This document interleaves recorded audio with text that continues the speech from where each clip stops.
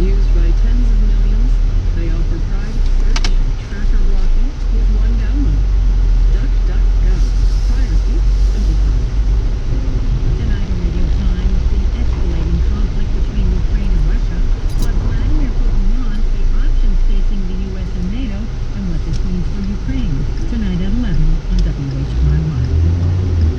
Supporting WHYY, Live Nation, presenting comedian and actor Hassan Minhaj, Friday and Saturday, February 4th and 5th at the Kimmel Cultural Campus. Tickets for all shows available at KimmelCulturalCampus.org. Supporting WHYY, the Newcomer Family Foundation, founding sponsor of Articulate with Jim Cotter, the show that explores how creative thinking shapes our world. Sundays at 5 on WHYY TV 12, or more at articulateshow.org. I love Secession, and I hope you are enjoying this interview with Matthew McFadyen. I love your British accent too. Definitely enjoying this interview on Fresh Air. And all the interviews with the cast of Secession. You should check out the Fresh Air podcast to hear those as well.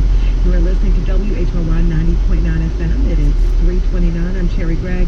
Happy Wednesday, everybody, on this cold yet gorgeous winter day. Lots of sun with a high of 30 degrees. Temperatures will drop to the mid-teens overnight. High tomorrow, 32. We're going back to Fresh Air.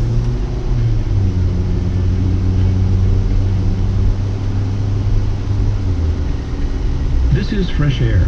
I'm Dave Davies in for Terry Gross. Our guest is actor Matthew McFadyen, who plays Tom Wambsgans in the HBO series Succession. He played Mr. Darcy in the 2005 film Pride and Prejudice. And he stars in the forthcoming movie Operation Mincemeat. Just talk just a little bit about your past. You were born in England, in a coastal city, I think, right? And your dad was in the oil business. You moved around a lot, right? That's right, yeah. Yeah, he was an engineer in the oil business, and we lived on the east coast, sort of east of England, in a county called Norfolk for a bit, and then we went to London, and then we went to Scotland, and then came back to another part of the north of England called Lincolnshire, and then we went to the Far East, by which time I was about 10, and I went from Jakarta in Indonesia to a boarding school back in the Midlands in England. Your mom was trained as an actress and taught drama, I gather. What got you interested in the business, in doing it again? I don't know. I think, my mom trained as a teacher, at a sort of like a drama teacher, and my grandfather was an engineer. Her father was an engineer, but his hobby and real interest was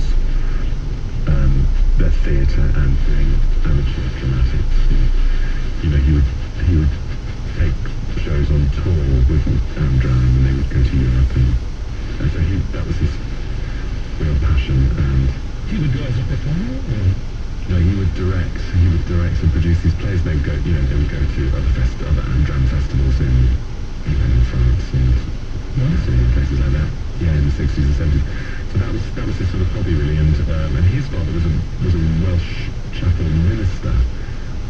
And so there was a sort of tradition of Eisteddfod's, the Welsh-speaking festivals and poetry fair, so there was, I don't know, I mean, that had no connection, but I guess at that point, there was a family of teachers and engineers, and, there was nobody who'd sort of done it professionally in my family. It was spoken word was all around you, yeah. Yeah, we were encouraged to sort of be in the school play, and then I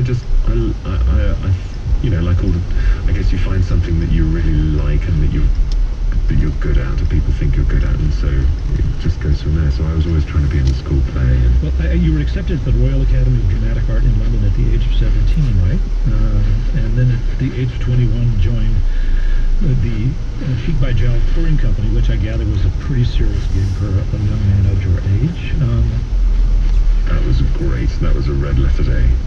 I think because this was 95, I think, and then I never imagined I would do TV, let alone film.